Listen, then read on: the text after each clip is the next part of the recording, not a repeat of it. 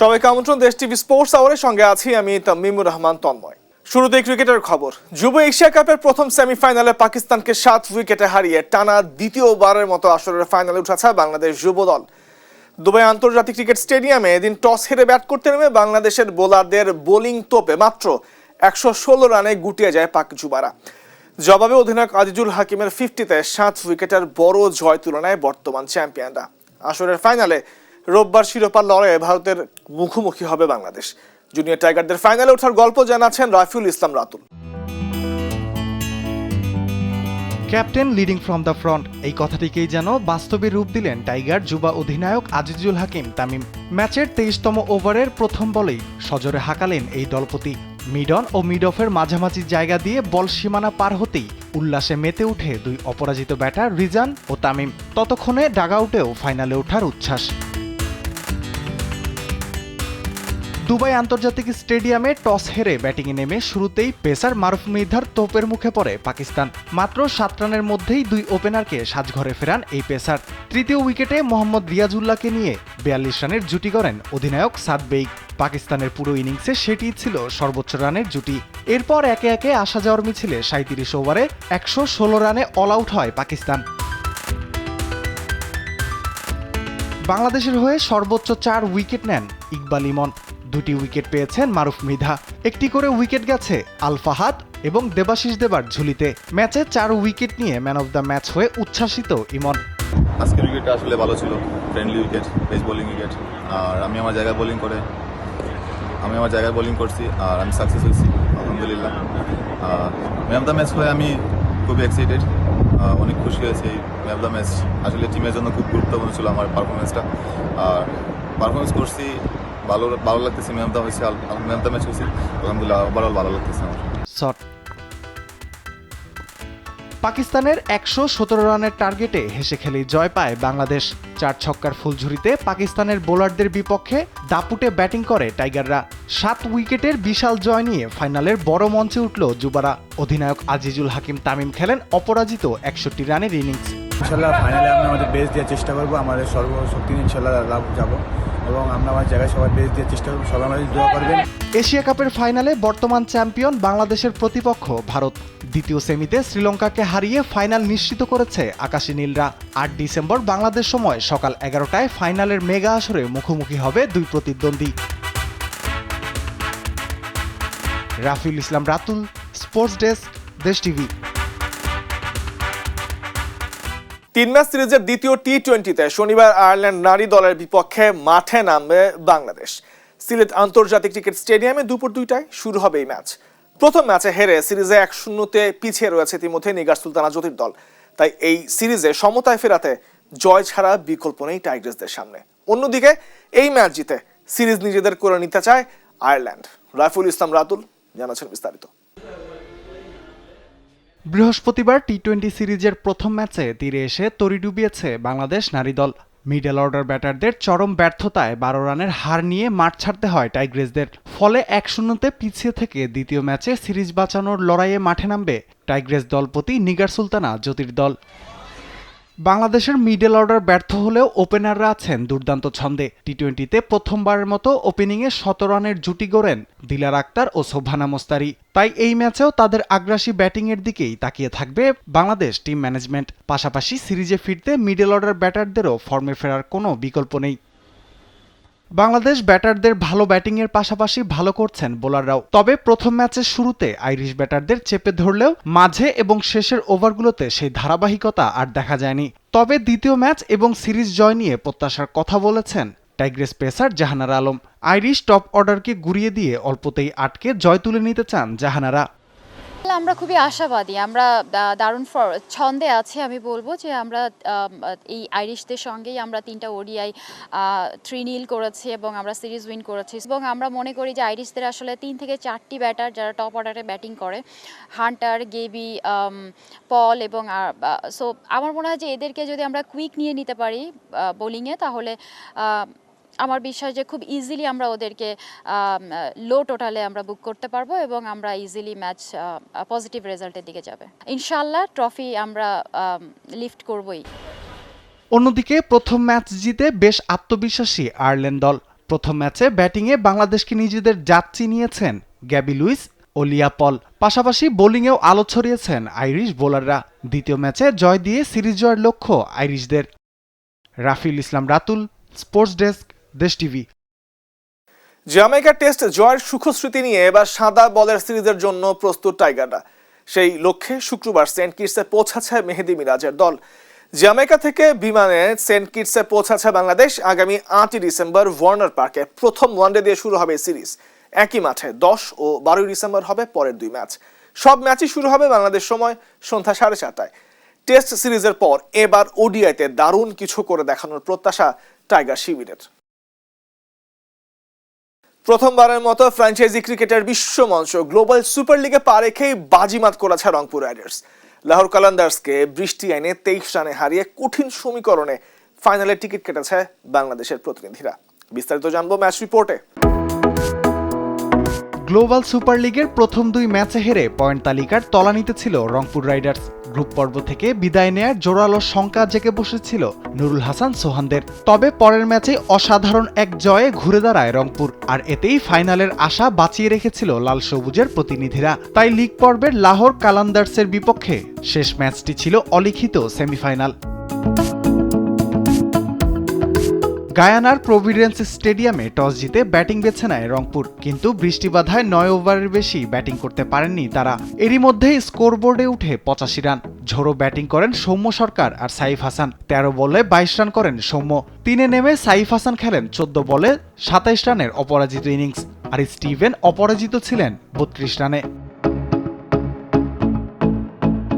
বৃষ্টি আইনে 9 ওভারে লাহোর কালান্দার্সের লক্ষ্য দাঁড়ায় 111 রান। শেখ মেহেদী হাসানের বোলিং তোপে 14 রানে 4 উইকেট হারিয়ে ম্যাচ ছিটকে যায় লাহোরের। এর মধ্যে 3টি উইকেট নেন মেহেদী, আর একটি রান আউটও করেন তিনি। শেষ দিকে ফাহিম আশরাফের ঝোড়ো ব্যাটিংয়ে আশা জাগে লাহোরের, তবে শেষ রক্ষা আর হয়নি। এবল 12 বলে 25 করে আউট হন। ফাহিম আশরাফ 9 বলে 18 রানে অপরাজিত থাকেন। 7 উইকেটে 87 রানে থামে কালান্দার্স ইনিংস।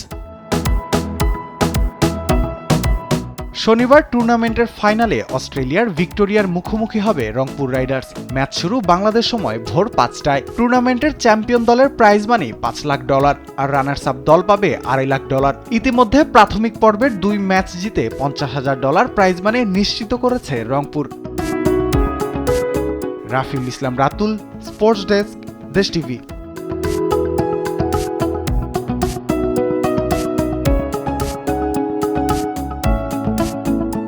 2025 চ্যাম্পিয়ন্স ট্রফির আয়োজন নিয়ে এখনো সিদ্ধান্তে পৌঁছতে পারছে না বিশ্ব ক্রিকেটের নিয়ন্ত্রক সংস্থা আইসিসি। বৃহস্পতিবার চূড়ান্ত সিদ্ধান্ত জানানোর কথা থাকলেও ভারত পাকিস্তানের বিরোধিতায় পণ্ড হয়েছে আইসিসি সেই বোর্ড মিটিং। তাই বৈশ্বিক এই টুর্নামেন্টের আয়োজন নিয়ে দেখা দিয়েছে অনিশ্চয়তা। চ্যাম্পিয়ন্স ট্রফি নিয়ে অচল অবস্থা যেন কাটছেই না। ভারত পাকিস্তানের বিপরীতমুখী অবস্থানের কারণে আসছে না চূড়ান্ত সিদ্ধান্ত। বৃহস্পতিবার আইসিসির বোর্ড মিটিংয়ে বৈশ্বিক এ টুর্নামেন্টের আয়োজন নিয়ে চূড়ান্ত সিদ্ধান্ত আসার কথা থাকলেও তা হয়নি, কারণ শুরুর আগেই স্থগিত হয়েছে বৈঠকটি। তবে 2 দেশকে সমঝোতায় পৌঁছাতে শনিবার পর্যন্ত সময় বেঁধে দিয়েছে বিশ্ব ক্রিকেটের নিয়ন্ত্রক সংস্থা। ভারত সরকার পাকিস্তানে ক্রিকেট দল পাঠাতে রাজি নয় জানিয়ে গত মাসে আইসিসিকে চিঠি পাঠিয়েছিল বিসিসিআই। এরপর থেকেই পাল্টাপাল্টি শর্ত দিতে থাকে আয়োজক পাকিস্তান এবং ভারত। ভারত চায় তাদের ম্যাচগুলো পাকিস্তানের বাইরে অন্য কোনো ভেন্যুতে হোক, যা হাইব্রিড মডেল হিসেবে পরিচিত। অন্যদিকে শুরুতে এ হাইব্রিড মডেল মানতে রাজি না হলেও পরে তা মেনে নেয় পাকিস্তান। তবে এক্ষেত্রে বেশ কিছু শর্ত বেঁধে দেয় তারা। পাকিস্তান শর্ত হিসেবে লভ্যাংশ বৃদ্ধি এবং ক্ষতিপূরণের পাশাপাশি ভারতের সঙ্গে পার্টনারশিপ ফর্মুলার প্রস্তাব দিয়েছে, যে ফর্মুলা অনুযায়ী পাকিস্তানও ভবিষ্যতে ভারতের মাটিতে কোনো ম্যাচ খেলতে যাবে না। তবে পাক ক্রিকেট বোর্ডের এই শর্ত মানতে রাজি নয় ভারত, আর এ কারণেই বৃহস্পতিবারের বোর্ড মিটিং স্থগিত হয়েছে বলে জানা গেছে। 1 ডিসেম্বর আইসিসির চেয়ারম্যান হিসেবে দায়িত্ব নিয়েছেন জয় শাহ। তবে বৃহস্পতিবারই তিনি প্রথমবারের মতো দুবাইয়ে আইসিসির কার্যালয়ে গিয়েছিলেন। সেখানে তিনি আইসিসি বোর্ড পরিচালক এবং স্টাফদের সঙ্গে দেখা করেন। তবে চলমান এই অচল অবস্থার মধ্যে জয় শাহ পাকিস্তানের অবস্থানের বিরোধিতা করতে অন্য ক্রিকেট বোর্ডগুলোকে চাপ দিচ্ছেন বলে গুঞ্জন উঠেছে। 2 দেশের এই রেষারেষির শেষ কোথায় সেটা অবশ্য সময়ই বলবে। টুম্পা আফরোজ, স্পোর্টস ডেস্ক, দেশ টিভি। ওয়েলিংটন টেস্টের প্রথম দিন শেষে চালকের আসন ইংল্যান্ড। ইংলিশদের প্রথম ইনিংসে করা 280 রানের জবাবে মাত্র স্কোরবোর্ডে 86 রান তুলতেই 5 উইকেট হারিয়ে দিন শেষ করেছে নিউজিল্যান্ড। ওয়েলিংটনের বেসিন রিজার্ভে টস হেরে ব্যাট করতে নেমে শুরুটা একদমই ভালো হয়নি ইংল্যান্ডের। দলীয় 43 রানে 4 উইকেট হারিয়ে বিপদে পড়েছিল তারা।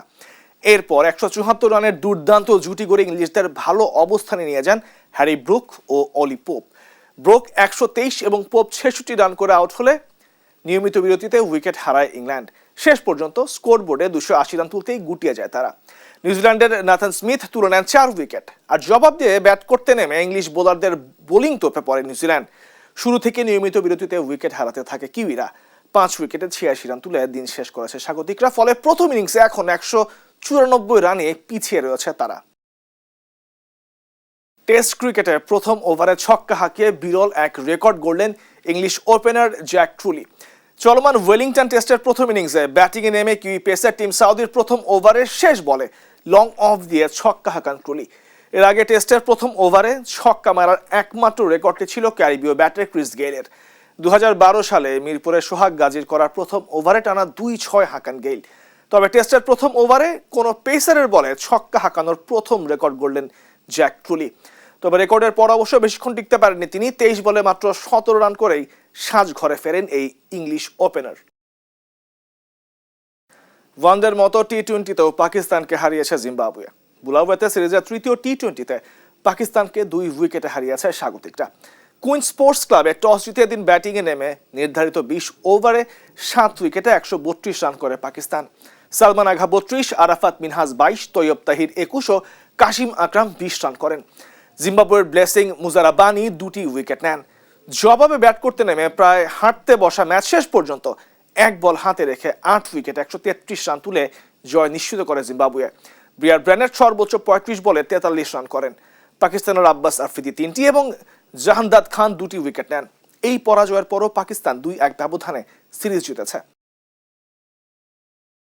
ক্রিকেট সেরা জানাবো এবারে ফুটবলের খবর। ফিফা ক্লাব বিশ্বকাপে গ্রুপ পর্বে ড্র অনুষ্ঠিত হয়েছে যুক্তরাষ্ট্রের মিয়ামিতে। 32 দল নিয়ে মাঠে গড়াচ্ছে এবারে ক্লাব বিশ্বকাপ। ইউরোপ, আমেরিকা, এশিয়া, আফ্রিকা সব অঞ্চলের ক্লাব এবার গ্রুপ পর্বের ভিত্তিতে অংশ নেবে ক্লাব বিশ্বকাপে। সাবিনা মজুমদারের ডেস্ক রিপোর্ট। প্রথমবারের মতো 32টি দল নিয়ে আয়োজিত হতে যাচ্ছে ফিফা ক্লাব বিশ্বকাপ। আগামী বছর মার্কিন যুক্তরাষ্ট্রে হতে যাওয়া বিশ্বকাপের জন্য গ্রুপ পর্বে ড্র অনুষ্ঠিত হয়েছে মিয়ামিতে। 8টি গ্রুপে ভাগ করা হয়েছে ক্লাবগুলোকে। গ্রুপ এতে রয়েছে স্বাগতিক দেশ লিওনেল মেসির ক্লাব ইন্টার মিয়ামি, আর তাদের গ্রুপ সঙ্গী হিসেবে রয়েছে ব্রাজিলের পালমেইরাস, পর্তুগালের পোর্তো ও মিশরের ক্লাব আল আহলি।